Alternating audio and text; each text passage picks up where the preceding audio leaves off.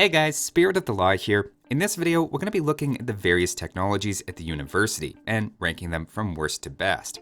Of course, in practice, there isn't necessarily a strict hierarchy, as the techs help in different situations. So we'll be discussing what exactly each technology gives you in more detail than the in-game description provides, try to give a little context to how impactful that is practically, and then finally how important each technology is generally considered, especially once we factor in cost. Jumping right in at number 11, we'll open at the bottom with Heated Shot. Right away, I should point out there are situations this tech makes sense on water maps, and I think it's important to make a case for the tech instead of writing it off entirely. It gives towers more than double their usual bonus damage against ships, with keeps going from plus 10 to plus 23 for example, and all arrows from castles, harbors, and crepos gain plus 4 bonus damage against ships. For castles, this means taking out galleons in 2 instead of 3 rounds of firing, which is a notable improvement. Keeps get an even larger impact, effectively dealing double their regular damage, letting them hold out against significantly larger navies. Arguably, an even more dramatic result is against fast fire ships though, where castles are less impacted but still helped out, and instead critically towers become unbelievably more effective, taking 9 shots instead of 35, doing almost 4 times the damage. That might sound hard to square with the advertised effect of only plus 125%, but as per usual on water, there's some sneaky armor shenanigans below the surface. A keep, in addition to its regular pierce attack, usually deals 10 bonus damage, of which 9 is negated by the fast fire ship's armor. So when you get Heated Shot, you go from 1 bonus damage passing through to 14, making them much better than expected. In case you're wondering, the galleon doesn't have that secret armor, so that's why it behaved more predictably. Really though, besides this pretty good case you can put forward, I had to put Heated Shot at the bottom of the list for 2 main reasons. First, castles and even towers are already so good against enemy navies that players are usually reluctant to engage them in the first place. The obvious exception is against cannon galleons, which you can't reach anyway, so Heated Shot doesn't help against what's actually your biggest threat in the late game. In fact, the main use case for Heated Shot would be against American civilizations, who are lacking cannon galleon and droneman, or in campaigns, where the AI is more happy to stand under tower fire, meaning even on water maps, it's not guaranteed to give you any value for what's also not an amazingly cheap price. The second major issue is it does nothing on land maps at all, which comprise the vast majority of games played online. Now, way back in the day, it increased tower attack against camels as a hidden side effect, so it was actually researched for that purpose. But these days, that bonus damage doesn't exist, making it now useless on land maps besides the minor uptick in score it provides to intimidate your opponent. Next up though, at number 10, we have another tower upgrade, this time Aeroslits, giving extra attack to your watchtower line depending on how upgraded your towers are.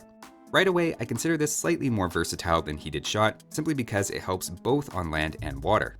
For watchtowers against knights, for example, you deal 3 instead of 2 damage with every arrow, and with fully upgraded keeps, you go from 5 to 8 damage against fully upgraded paladins, which percentage-wise is a fairly large boost.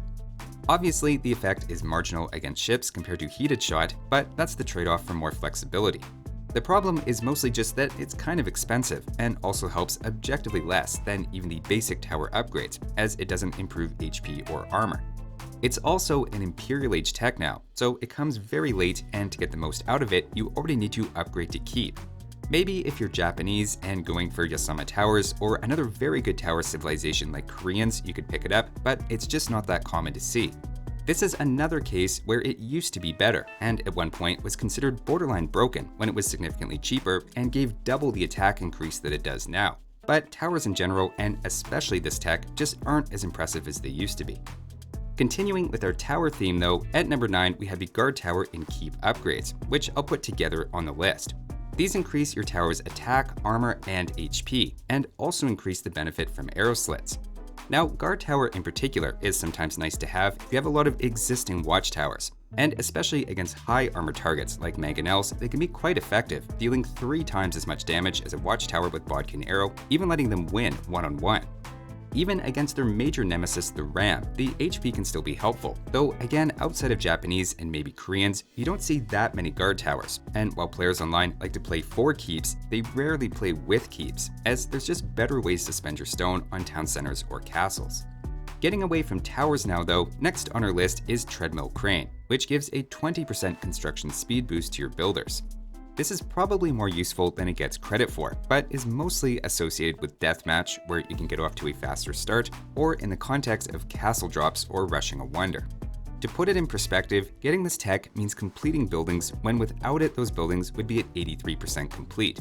It's kind of middle of the road for its cost as well, to the point you might wonder whether there's maybe a separate economic argument for it, where building faster means villagers are getting back to work sooner and collecting more resources overall. To explore this idea and ballpark the potential of an economic argument, we can think about the cost of the tech and how many seconds we're saving on some buildings that we might be making a lot of in the later stages of the game. If we crunch the numbers, it turns out after researching Treadmill Crane, we have to build another 20 houses, 20 barracks, and 3 castles with 10 builders, just to recoup a third of Treadmill Crane's cost in the form of villagers getting back to work sooner, and still need another 400 or so farm reseeds just to break even, with 2.5 seconds saved during each of those reseeds eventually adding up. It seems an economic argument for the tech just isn't really here, meaning we have to fall back on its benefit for castle drops and wonder races.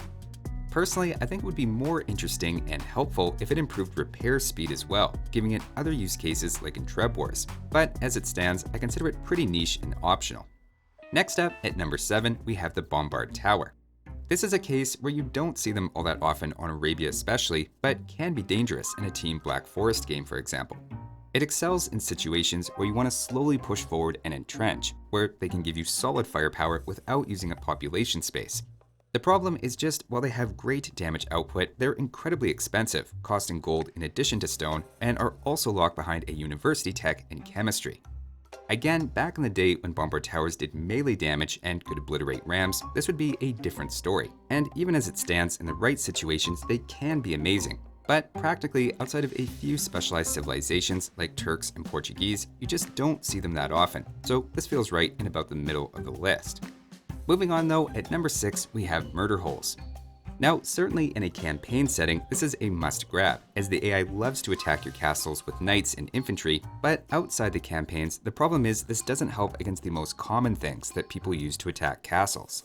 At the same time, it has a bit of a meme reputation, or is thought of as a noob trap, though personally I wouldn't go that far. The 100 stone cost means it's not worth grabbing as soon as you can against every enemy composition, but sometimes players charge your castles with knights, villagers, or infantry, and that would certainly happen much more often without at least the option of grabbing murder holes. So even if you don't research it, it can still influence in-game behavior simply by having that threat. Maybe even more so, towers can benefit a lot and prevent villagers from rushing them down or having archers camp out below them.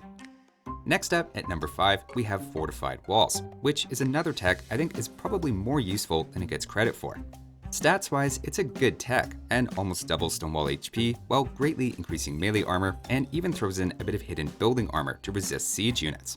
Fully stonewalling isn't always a given in competitive Arabia games, but it's undeniably helpful on Arena, or even team games to protect a trade line. Especially compared to the cost of a stone wall if you've already built one, it's almost a no-brainer to pick up if you actually have a stone wall and are worried about raiding.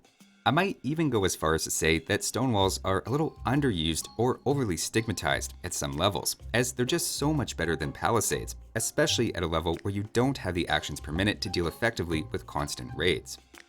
Moving on to number 4 now, somewhat related, I'm going to go here with Masonry and Architecture, which improve all of your buildings' durability except for walls and farms. Masonry especially is cheap to pick up and gives a ton of value for its cost, but let's look at what each tech is giving you.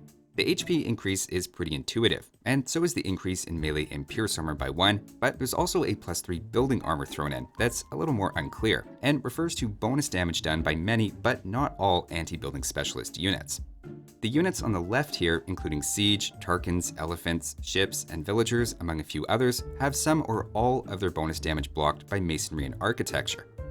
In contrast, the units on the right, including infantry with or without arson, Saracen archers, and Korean war wagons, don't have their bonus damage prevented, as confusingly, it's a different type of anti-building attack.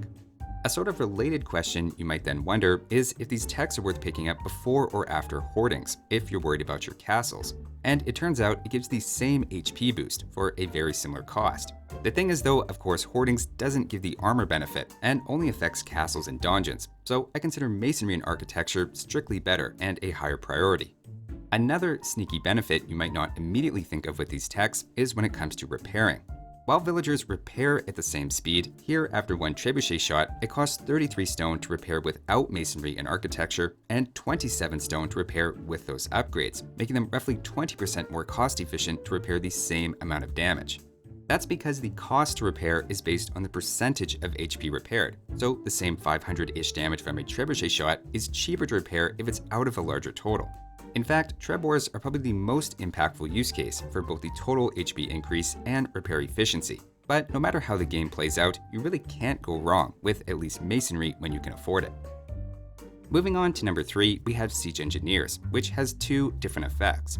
The first is +1 range for almost anything related to siege, including ballista elephants, turtle ships, and cannon galleons. And the second effect is 20% more bonus damage done by siege against buildings, almost like an anti-masonry and architecture counterbalance.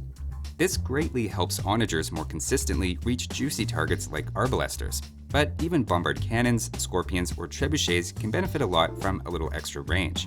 On the other hand, rams don't have the range increased, but dealing 20% more damage on its own is already pretty fantastic.